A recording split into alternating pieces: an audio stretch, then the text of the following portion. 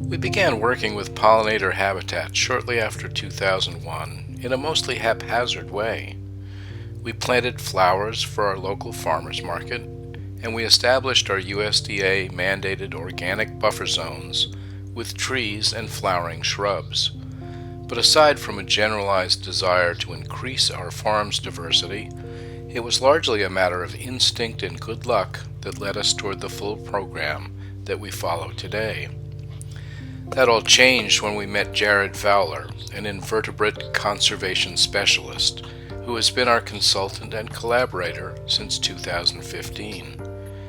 Jared started with us when we planted the first beetle bank in New England, and he has been instrumental in obtaining funding, locating plant material, and designing our program.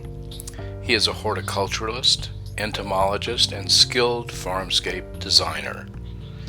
Here is Ellen Drews, co-manager of Astarte Farm, doing a controlled burn on our upper wildflower meadow after 3 years of growth.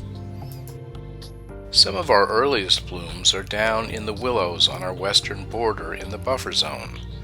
Some of these flowers open in late March or early April, and they are loaded with the energy-rich pollen that attracts a wide variety of beneficial insects.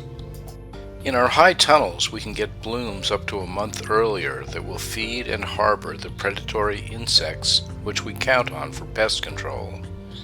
Here is a path lined with phacelia, wild mustard, and California poppy, already in full flower by mid-May. Because the seasons are artificially extended, in the spring we get a head start on our field beneficial populations, and in the fall we provide crucial refuge areas as the nighttime temperatures start to dip. Many commercial insectary companies use high tunnels to raise beneficial bugs for sale. Outside in the open field, red clover that was planted last fall is coming into full bloom. These clovers will produce nitrogen in abundance as they come into flower, pulling nutrients out of the air pockets in our soil and building fat little nodules of nitrogen-rich bacteria right onto their roots. One of the new things that we planted this year was angelica, and this picture shows one unfurling outside a high tunnel. These statuesque plants will be loaded with umbrella-shaped flowers. Cilantro, dill, parsley, carrot, Queen Anne's lice, and a host of other plants fall into that beneficial plant family, which pollinators depend on for early season sustenance. What we want to see on the farm is the greatest level of diversity in flower types, bloom periods, and nectar sources, and ideally we would like to see them spread across the whole property to promote cross-field movement of beneficials. Insects need water, especially in droughty years. Mud puddles are ideal since they also provide nest-building materials for many beneficial wasps, but a simple shallow container laid under an otherwise irritating irrigation leak will work well.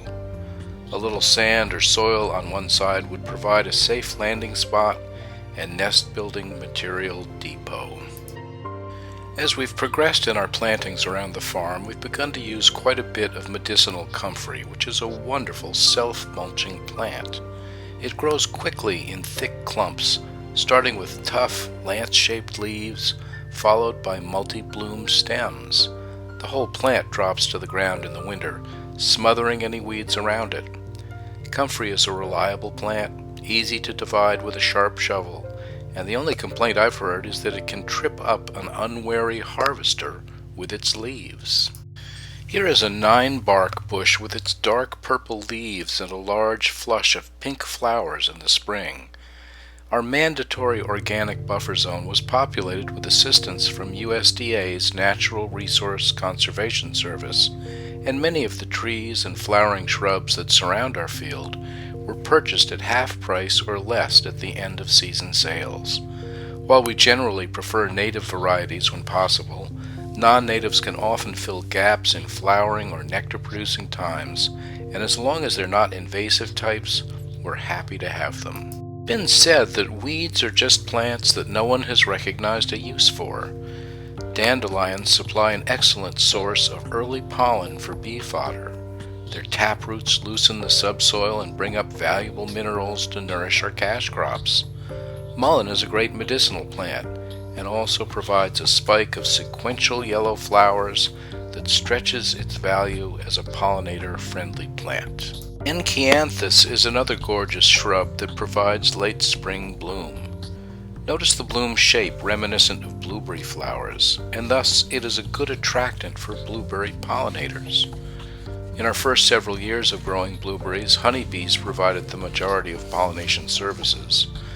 But as disease and pesticide residues have decimated their numbers, we see more and more bumblebees and native bees taking over that essential job. We have 2 beetle banks on the farm. These are raised soil structures which are planted with native clumping grasses and flowering plants. The bank shape encourages ground beetles to hide out during the day amongst the plant roots and then come out at night on feeding expeditions. Wolf spiders also favor the tall grass cover and use the long stems to scope out their prey. Stumps or partially rotted limbs are added to the top of the beetle bank to provide more diverse habitat choices and to provide nutritional and fungal boost to the banks. Mountain mint, while initially slow to establish for us, is now a reliable source of late summer pollen. Here's a peek at our upper meadow wildflower patch near the end of May. A month earlier, a wavy path was mown at the highest mower setting, right across the strip that was burned off in early March. The mown helianthus, or perennial sunflowers, bloomed earlier on those shorter stems, while the untouched plants grew to their full height and bloomed much later in the season. We hope to follow this pattern of maintenance every year, or possibly every other year from now on. Small yellow flowers on the southern edge of the meadow are partridge peas, which fill the void that naturally occurs in summer nectar production, often referred to by beekeepers as the summer dearth. Honeybees, bumblebees, and a wide variety of flies and wasps will flock to a patch of partridge peas just to get a sip of nectar from the extra floral nectary at each leaf junction. The purple smoke tree produces copious amounts of pollen and is host to a wide variety of beneficial insects. In our rich soil, the tree tends to grow tall with weak branches, but in poorer soils, it can make a lovely dense bush. Here's a bed of spring radish that either didn't meet our quality standards or maybe we just planted more than we could sell. But by letting them go to flower, we have provided a forage strip for predators and pollinators. The same technique works well for broccoli, cauliflower, mustards, kales, lettuces, and many other cash crops. Sunflower pollen is being studied to learn how it apparently prevents digestive diseases from harming native bee populations. As long as the sunflowers are situated where they won't shade our crops or drain the soil of nutrition, we're happy to have them volunteering all over the farm. And yes, too much of a good thing really can hurt you. This alley between 2 high tunnels became overgrown with wonderful pollen and nectar-producing plants to the point where by late August it was cutting down on air circulation, interfering with the sidewall roll-ups, and completely eliminating the alley as a walking path. It was relatively easy to mow this mess down, but we'll probably need to replace a layer of wood chips to keep it from reblooming even more vigorously next year. In addition to the insects that provide the farm with a direct benefit, we also contribute to the overall invertebrate conservation efforts. Here is a monarch butterfly caterpillar working its way through 200 times its body weight in milkweed leaves that it must consume each day. We allow as many of these milkweed plants to survive as possible, even inside our high tunnels. They serve as banker plants for various species of aphids, in this case the orange oleander aphid, and we often see entire stalks of milkweed with parasitized aphids on them. Just to remind us that we aren't in control here, the monarch caterpillar on the right has probably fallen prey to a parasitic wasp, but but by serving as an unwitting host, it has helped us to increase the population of beneficial wasps in our high tunnel. And finally, if all the proper conditions have been met, the caterpillar weaves its chrysalis and completes its remarkable transformation into a butterfly in just 2 short weeks. Outside the high tunnels, we've taken advantage of even these small spaces to provide a broad range of flowering times and bloom shapes. California poppies, cosmos, angelica, cleome, and sunflowers, some from seed, some from transplants, and lots from volunteers that pop up from last year's flowers, all provide a dense, attractant space on each side of our high tunnel doors. Back down in the field buffer zones, hydrangeas are fairly easily manipulated to extend bloom times. Those in the dense shade of our southern border bloom several weeks later than those in the full sun on the other side of the field. They provide much more benefit when you look closely at their broken stems. Hollow or pithy stems provide excellent overwintering spots for a wide variety of predatory wasps. The willows on our western border not only provide very early nectar feasts for beneficials, they also form a dense windbreak.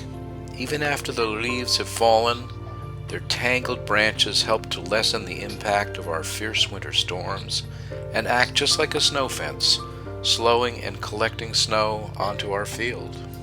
We always try to consider what's going to happen when our initial planting has passed its peak. Here are California poppies sown from seed at the bases of volunteer sunflowers. As the sunflowers start to fade and stop producing blooms, the increased light at their bases inspires vigorous flowering in the poppies. Once again, previously unused or waste areas can be used to provide all kinds of blooms, and even though our weed control looks a little poor, a great deal of pollen and nectar has been produced in these otherwise unused areas. These sunflowers outside a high tunnel are past their useful stage, and we will come in with our flail mower and chop these tough stalks into a coarse mulch. If you can see through the doors, the center row has been planted with okra, primarily as a cover crop, but also as a potential flowering crop to continue luring predators into our tunnels. Here is a bumblebee foraging in the late helianthus. These perennial native sunflowers carry multiple buds on each stem, and their bloom time can be modified by either cutting them during early growth, as we did this spring, or by sowing them in areas with different exposures to sunlight.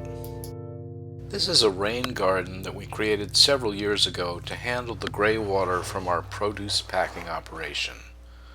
Solidago or goldenrod in the foreground is backed up by sunflowers and much taller elderberry bushes.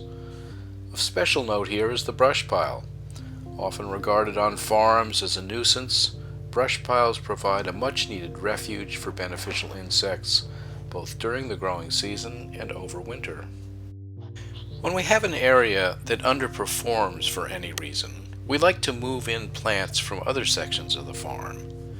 By splitting plants with a sharp spade and moving them to different areas, we can encourage cross-field travel by our beneficials.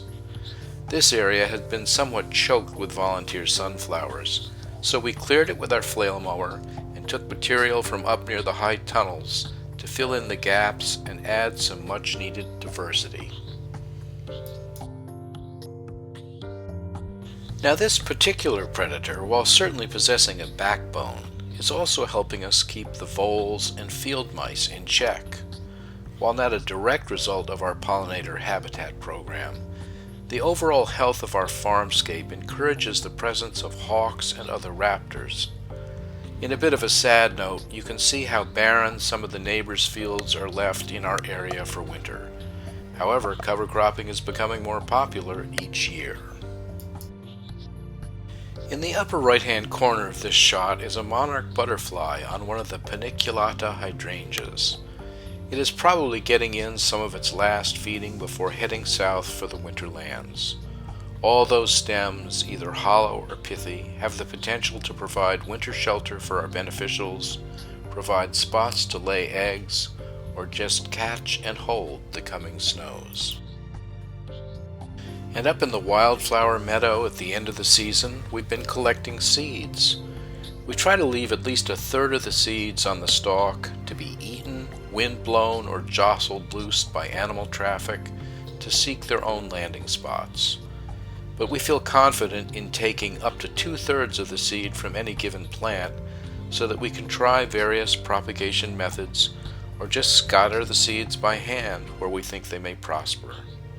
As the leaves fall and our view into the wildflower patch becomes clearer, we can see the wonderful diversity in bloom heights and shapes.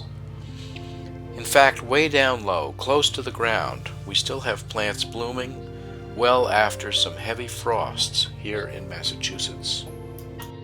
And last, but by no means least, we witness the fall fungal bloom, the fruiting bodies that may represent only 1/10,000th of the entire fungal mass.